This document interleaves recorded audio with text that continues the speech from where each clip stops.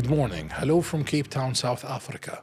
We're honored today to have our guest, Professor João Bosco Monte, the founder and the president of the Brazil Africa Institute. He is as well a well-respected scholar with a PhD in education and expertise in international relations. Thank you for being here, Professor. Pleasure as always. First, Professor, I don't mean to delve deeper into the conversation, but just as an introductory form, can you tell us more about the Brazil and South Africa Institute? What does it handle? Just a brief introductory. What do you do on a day-to-day basis? Well, when I founded the Brazil Africa Institute 12 years ago, I was in my sole capacity as researcher. After traveling so many times to the African continent, actually, out of 54 countries, I already visited 44. I know it's a big number. And then when I started to see the big potential between Africa and Brazil, I understood very precisely that we should have an institution that united the approach between government, private sector, and academia. That's when the Brazil Africa Institute arrived, and during the last 12 years, we're doing many activities related to capacity building, studies, and events. That's quite interesting. And you've been to 44 countries so far. Yeah, so far, yes. Some countries I visit lots of times. We are here in South Africa. I've been here in Cape Town, in Johannesburg, Durban, maybe more than 30 times already. Wow. Yeah. Now that's quite shocking as well, Yeah. and it's quite marvelous as well, Yeah, Professor. just for you to have an idea, we just started in Brazil an exhibition around the life of Nelson Mandela, which is a cooperation between the Brazil Africa Institute with the Nelson Mandela Foundation. And the exhibition that we're bringing is displaying the life of Mandela with one specific theme, which is Mandela, the icon, the global icon for reconciliation. Look into the world, which is so difficult now to live. Many people dealing and having wars and discussions. So Mandela is bringing his voice. So this is one kind of initiative that the Brazil Africa Institute is doing with some countries, including South Africa. Amazing. And the exhibition is in Brazil as well. It's in Brazil. We started in Brasilia, the capital of Brazil, and then the exhibition now is in São Paulo in 2 months, July and August, and it will go to other spaces. The next one will be Rio de Janeiro. Remember, Brazil is hosting the G20 in November, so the head of states and all the people that will go to Rio de Janeiro will see, besides the G20 discussion, you'll see the exhibition around the life of Mandela. Well, that sounds wonderful. And what a quite icon of reconciliation he was as well. To the first question, Professor, why are some countries in the South ahead of others in technological development? Well, when we talk about South-South cooperation, we can include many countries. If we divide the world in 2 hemispheres, North and South, looks like it's easy, but it's not that easy. If we look to China, is China South or North? If you compare with the development that China is doing very precisely in many areas. Every time when I go to China, I see, well, China is well developed than other countries. I remember once, I come to your question, but let me just talk about China. Please do. I was in China once, and I was talking with someone about the construction business. And I compare with my country, Brazil. And there was a project to have 400 kilometers of roads. And I asked them how long this could take. And he said, maybe 6 months. I said, 400 kilometers in 6 months? It is possible? Yes, they are doing this. So are this country, China, advanced in this particular issue? Yes. So they are countries like China and Turkey and Brazil. Sometimes we are very well advanced, but we still need to face some domestic challenges. And this brings us to the position that we need to cooperate, and the challenge that we have to see countries that develop more, countries that develop less, I think is related to 2 or 3 things. One is connected with the investment that the country does in research and development.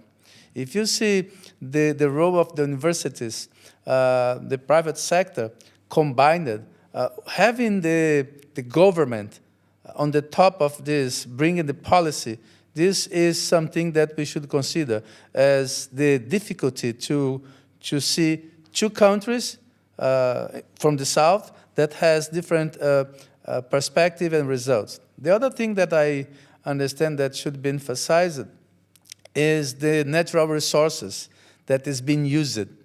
If you go to countries in Africa, you have so many natural resources that the country has, right? So you go to Mali, you go to Burkina Faso, Ghana, just to name some countries. These countries, they are rich in natural resources. But these natural resources are not being used for the good of the country. So this is something that should be fixed. You have the resources, but this is not transferred to the life of the country and for the life of the people. Yeah. And I think this is one of the biggest challenges that we need to face and to organize. Yes, the management of resources that doesn't help the country itself, even though the country is rich in resources, but it doesn't find its end use in the country itself, or doesn't see the benefit of these resources in the country or on the country people itself. And it's quite shocking as well. Yeah, it's like the chicken and the egg, story, right? So when this will change? If we have a country which is rich in oil, we cannot rely on the fossil resources. But this is a reality. Of course. I was recently in the Bahamas in one big event, having Africans, but also Caribbeans, discussing about many initiatives, including Brazilians' possibilities. And I was talking with the president of Guinea, right? And I said, why you are so excited about what you have now, the resources that you find? And he said, that's the possibility that we have in our hands to change our picture.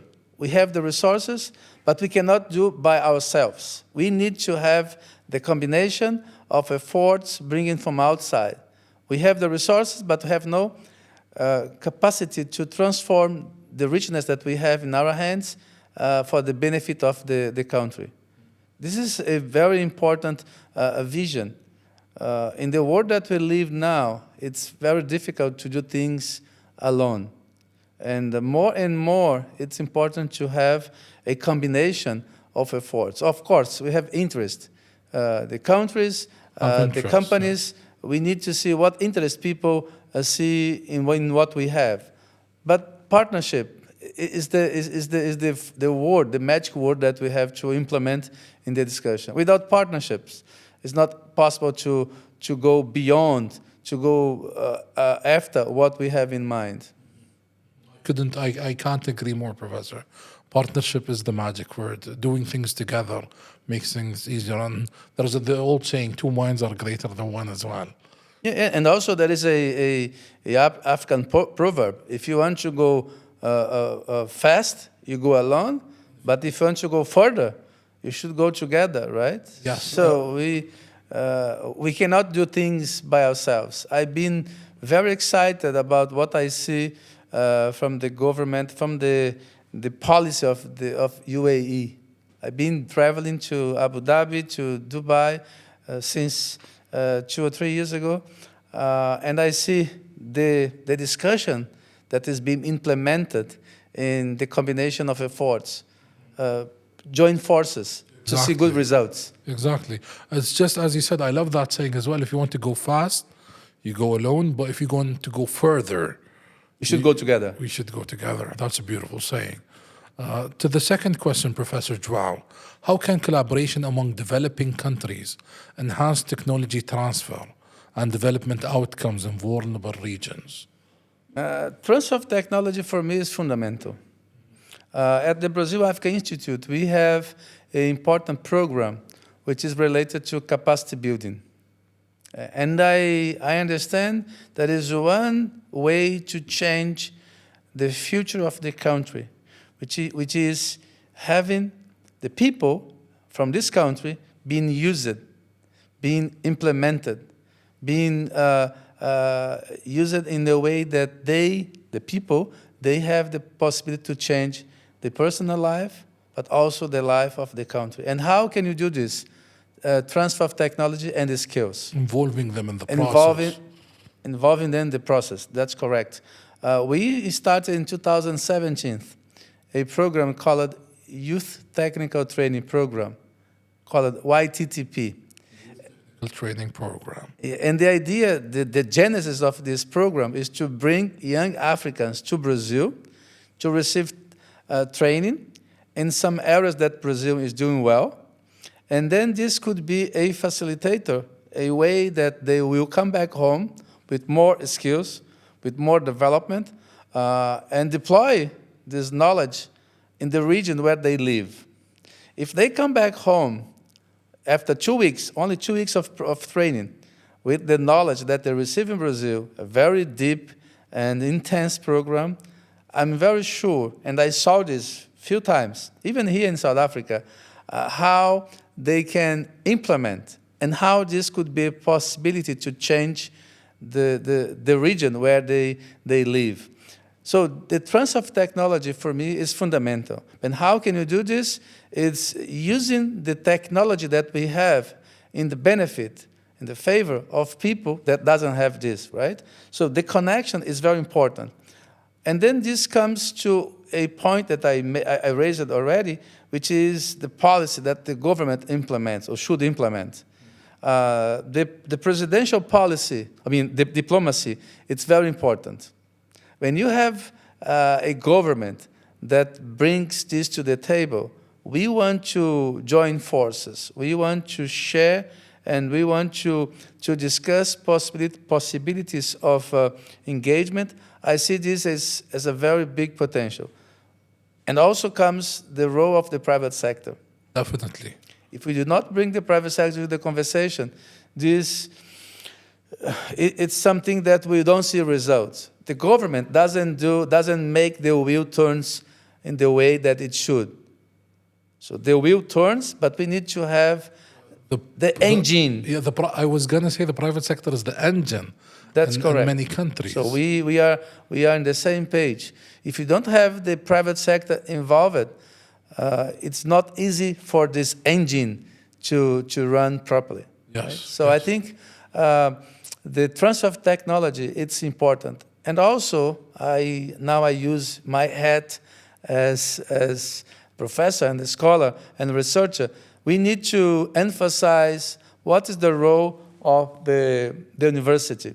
And sometimes, when you are at the lab, you are doing your research, your thesis, your paper, it's important for us as researchers, as people from the academia, to see what is the benefit that we are studying or discussing or thinking. The research doesn't benefit anyone. Yeah. What are we researching to begin with? Why are we researching to begin with? Every time when someone comes to me and say, Professor, I want to be with you, I want to have you with me to be my mentor, whatever, I said, I'm very pleased to be with you, but consider that what you are doing should be used for the society. At the end of 2 or 3 years, 4 years time, when you finish your research, your thesis, your PhD, whatever, it's important that the result of benefits what you the society is not for yourself. Of course, you receive the benefits, definitely. Right, the bonus, but the target should be the society, because this is a cycle. If you bring something to the society, this will revert to you and for the rest of the people. So, private sector, government policy, and academia together, I think, could help to facilitate the transfer of technology. I couldn't agree more, Professor. I couldn't have phrased it better as well. When it comes to barriers to cooperation, though, Professor, because as you know, cooperation and partnership is an easy thing to say, but sometimes it's harder to implement. So, what are the main barriers to effective cooperation and technology transfer among developing nations? When you talk about cooperation, I always say that you need to have something added to cooperation. Cooperation is very important. South-South cooperation it's good. It's fundamental. Triangle cooperation, which is a new word that we use it now, it's important as well. But besides cooperation, we need to have the word partnership, because cooperation is something that we have to emphasize and need to work and rework every day. Today you have a government that brings a policy. Any government, any country. Tomorrow, the head of state will change. And maybe the mind. We saw this recently in Brazil, yes, with the previous government of Brazil. That changed completely the foreign policy of the government, of the country, not the government, the country. Completely, upside down. The government will change the policy of the country. Yes, maybe because of the ideology, because of the narrative. You have right. Now we just saw in Europe, the extreme right in France, yes, was a big fight, and suddenly it changed. It happens also in the UK, in some other countries. So if you don't have a tangible result, if you rely in the hands of the head of state because of the policy that this person will bring, the cooperation can change. But if you have a partnership between the countries, although the government change, although the ideology, although the policy change, if you have a long-term partnership remains. It remains, and it will bring a tangible and result that can see in the future. So the barriers that I can see, one of the barriers is the definition of partnership among the countries, but more among the private sector. Countries, but also companies. If you have a company that has the logo or the flag of the country, you're talking about a company, a private sector, but is related to the country. The government that is now in Brazil, in the UAE, you name it, has its policy, right? The company that is fixed in this country, the private sector, I mean, has conversation with the government. When these two sides combine efforts, means that the result of the company will be good for the country itself. So the partnership that we have between the companies, the private sector in different countries would be very important for the future, although the government will change. What I want to say to conclude is the policy that the country has, it's very important, but the partnership that the companies, the private sector, I think is more, let's say, efficient, because as long as the partnership is good for the parts involved, it will last. I don't say forever because it's very difficult to say forever, but it will withstand challenges. It will withstand, yes. Yes. As well, Professor João, what are the most effective ways to scale up successful technology transfer and cooperation models? Like, how can policymakers, international organizations, and private sectors work together to address most pressing challenges? I just mentioned about the transfer of technology. Yes. It's fundamental. Fundamental. Yeah. If you go to many countries, you see possibilities of changing people's life and the future of the country, having engagement. We'll be traveling. Now we are in South Africa. You came from the UAE, I came from Brazil. So the world is not that big. So we within 1 hour, 2 hours, one day, we can move from one place to another place. This is manageable, is what you're saying. It's very manageable, and the internet, Has made things easier. it's bringing us the possibility to be connected. So how can we facilitate this? So transfer of technology and the skills. If we skill people, if you give to the young people precisely the possibility to be more able to deploy the knowledge that they receive at home, but also abroad, it's very important. Why I mention young people insistently? Because young people, I'm very sure, is the future. They are the future, not me. By any means, but you build the ground, you build the basis, Professor. People like you build the basis for young people to stand upon. Yeah, I see the transfer of technology, the capacity building as the tool to enhance the connection, but also bring the result that we need for the country to develop it. Sometimes when you see countries like Argentina or Brazil or Colombia or countries in Asia or in Africa, you see a big potential that the people have, I mean, young people, yes, but they have no, let's say, approach to the technology that is being used abroad in different in different countries. So if we engage, it will be easy for them to be, let's say, connected with the best technology that we have. Yes. So this is still on the very importance of transferring technology. That would help to address these challenges. Yes, the transfer of technology, it's very important, as I already mentioned, but it should be a policy that the government should implement.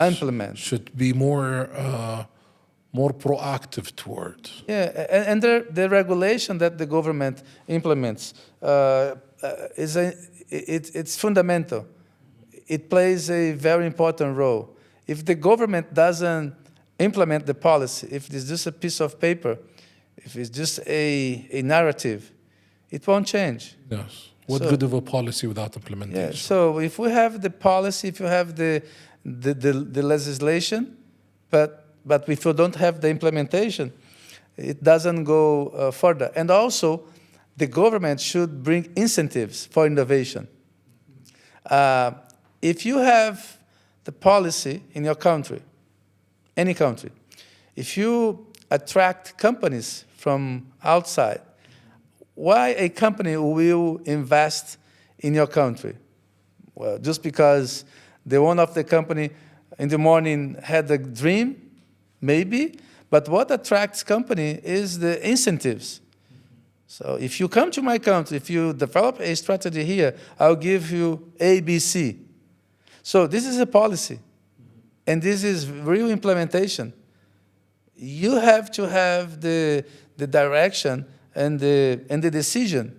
And sometimes the decision is something that the government should take immediately. Yeah. Immediately. The other thing that is important to mention is connection and access to information. And how can we do this? Internet. The Internet of Things. That is something very, very easy. Now you have artificial intelligence. When I speak with my students, I say, you need to go deep in this particular topic, something that I raised to them.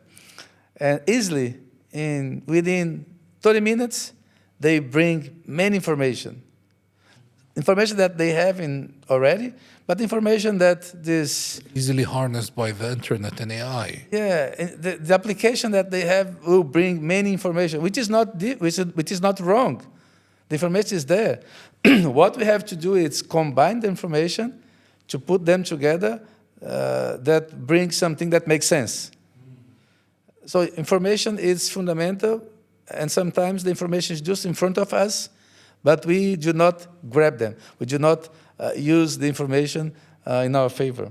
Yes, I always say the door is always there, but you just have to reach out and open it. Yeah. Yes. And the same thing goes for information as well.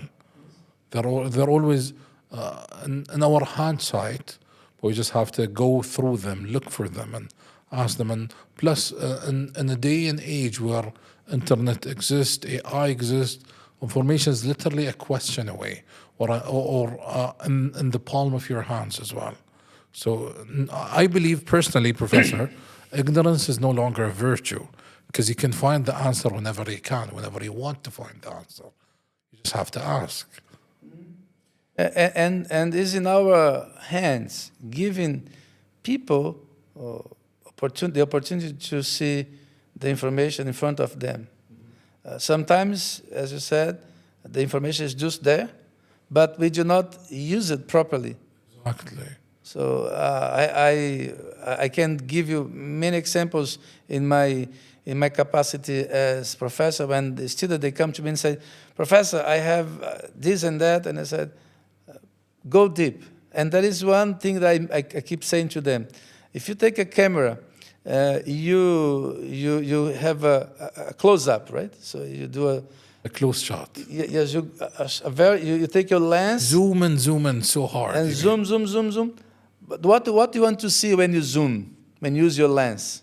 You want to see the details. So when you go, I want to see your face. Yes. But I want to see the color of your eye. So you need to go very precise. Yes. And you need to see something that you want to find. Maybe you don't know the answer yet, but you need to understand what you want to find. Because if you have so many information around you, without having this approach in a very precise way, you may lose your time.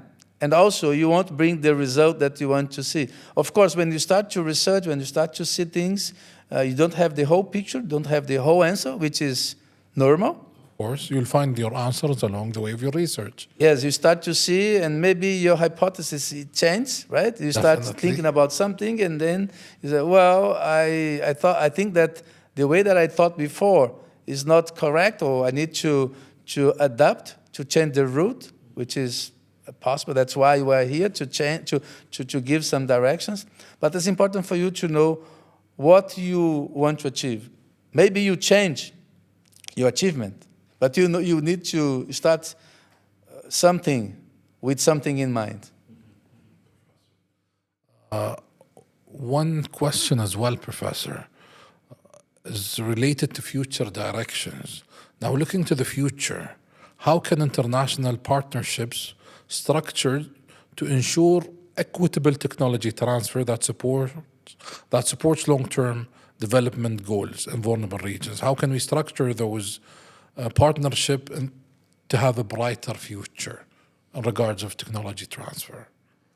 Sometimes we have questions that are not easy to answer. This is one of the questions that we need to think very deep.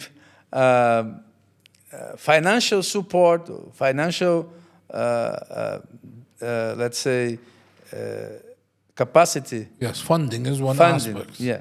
If we don't have funding, how can we do things?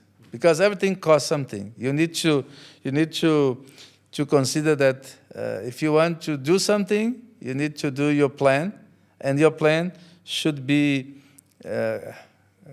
A part of it is budgeting as well. A budget of your plan as well. How can you budget your dreams? Exactly. I keep saying this to my kids. When they come to me and say, "Dad, I want to do this," I said, "Did you budget this? Did you plan it? Calculate it. Did you calculate it? Because moving from A to B, from this position to another position, whatever you want to do, you need to consider how you do it, how you be doing this, and how this will cost, what this will cost, what is the implementation that you have to use in terms of resources." But I understand the challenge that we have to see the results, it's not that difficult. When you started considering the cooperation between countries, the possibility of having 2 or 3 countries working together in the benefit of a vulnerable region, I think that's the most fundamental thing. And I like a lot when I see countries, regions, with very difficult development, and I see people, countries, and organizations working together. Solidarity for me is very important.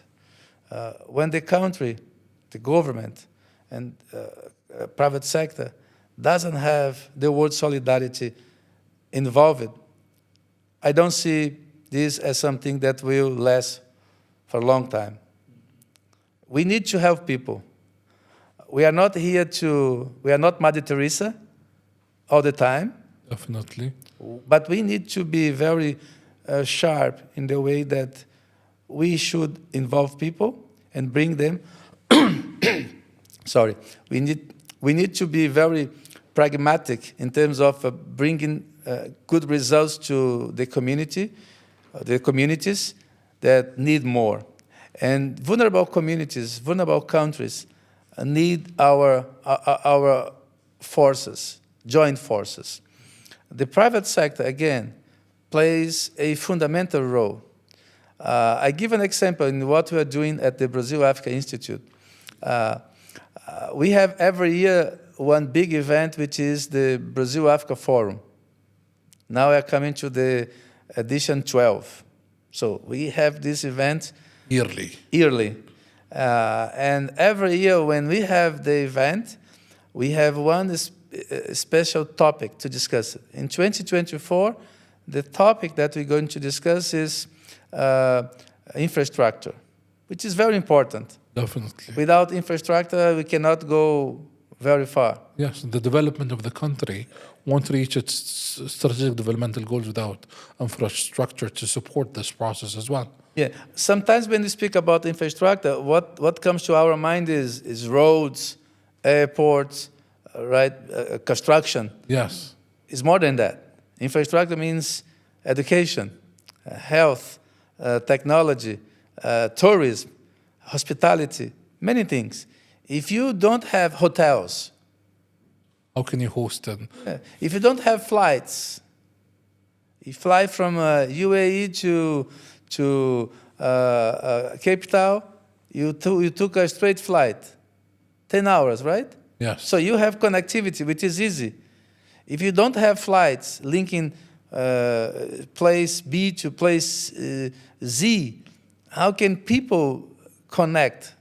So this is something that we discuss.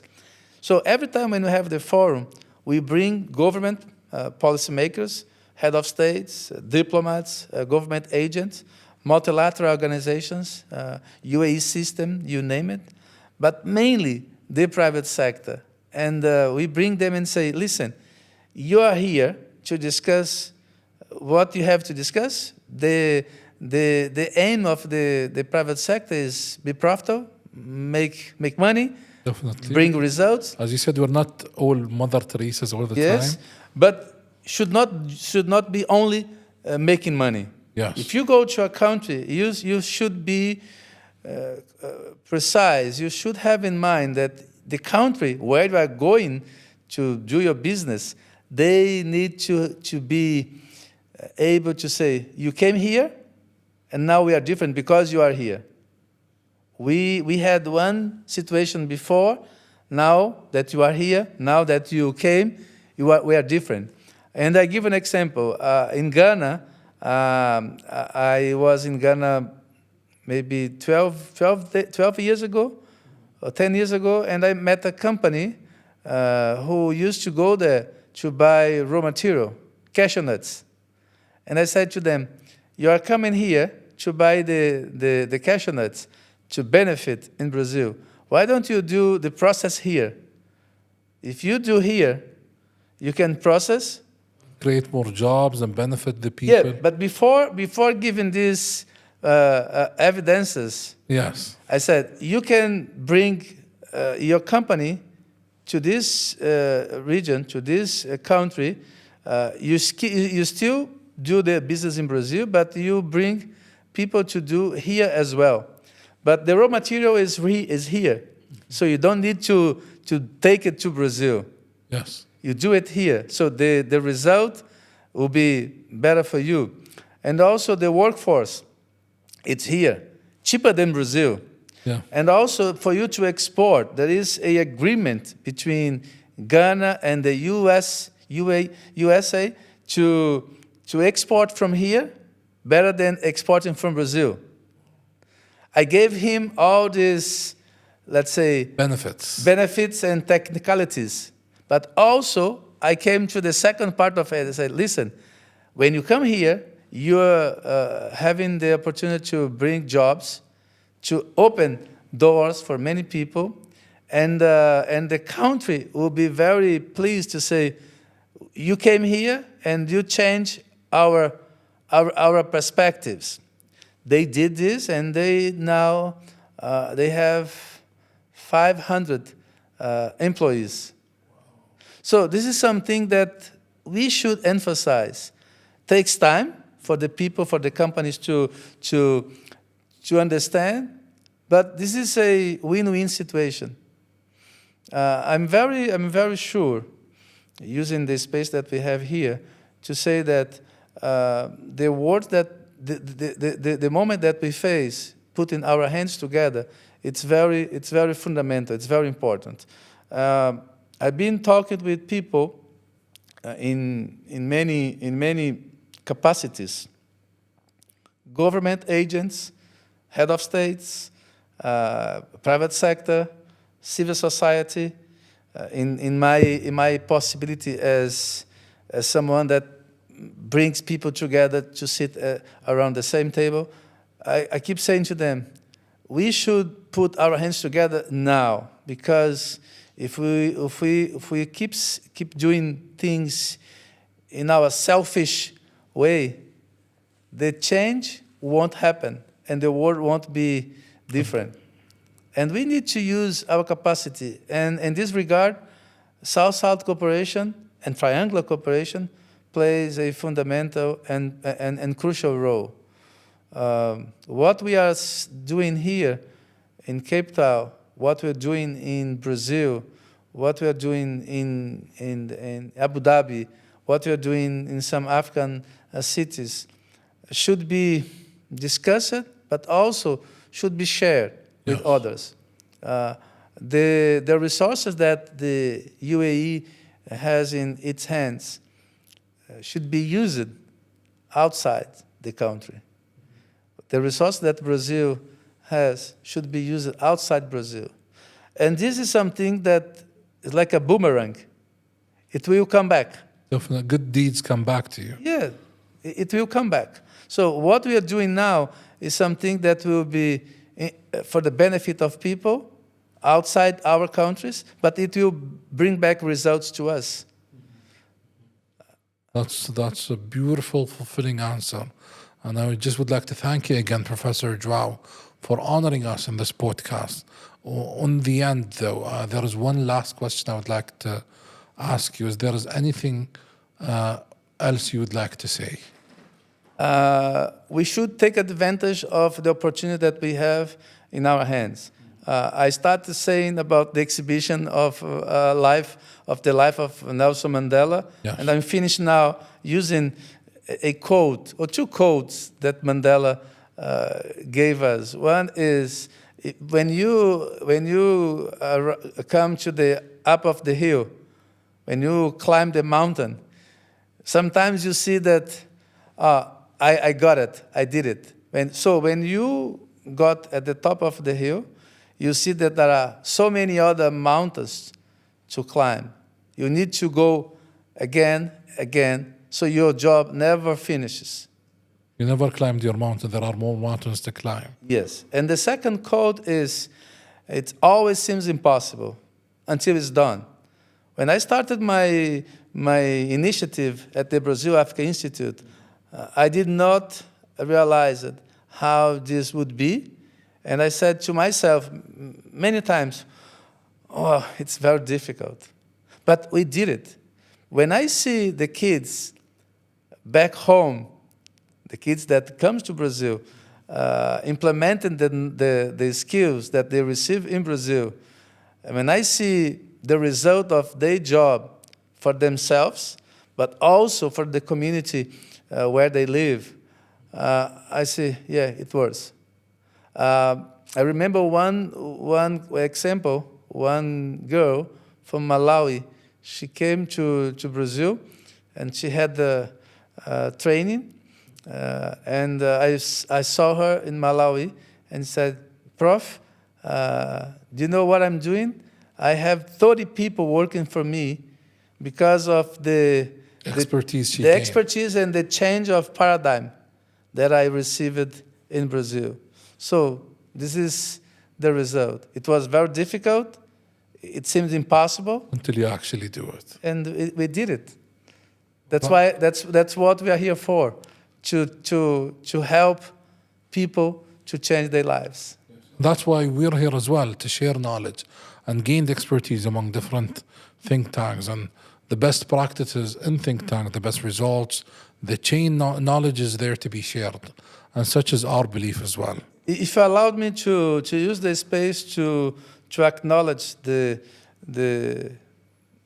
moment that we are facing with trends, research and tech and advisory, I think it's very precise. I met the CEO and all the senior management of the organization, and every time when I discuss with them, I see in their eyes, in their heart, the possibility of changing people's life, and that's what we have to do.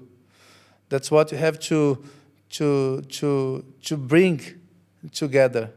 Brazilian experience, Brazilian best practices, Brazilian technology, but also Latin America experiences can be shared with UAE organizations, yes. So being here in Cape Town in this conversation with being here in Cape Town with the conversation with think tanks, I understand it's very timely, and I could not say more than congratulations for the job that Trends is doing, and I understand this is a piece of this big puzzle that we are putting together. Definitely. And the result we cannot see today, but definitely the result will be seen soon. Definitely. And Inshallah. Inshallah. Oh, that's beautiful. Inshallah. And the key thing is that the puzzle that we are doing together. And I think the key word here is together. And thank you, Professor. You've honored us with your presence. And I was my knowledge has been quite enriching with your answers and your views and your insights. Thank you for sharing those with us, Professor. Always a big pleasure. Thank you. It was an honor having you here at Trending Echoes. Thank you very much.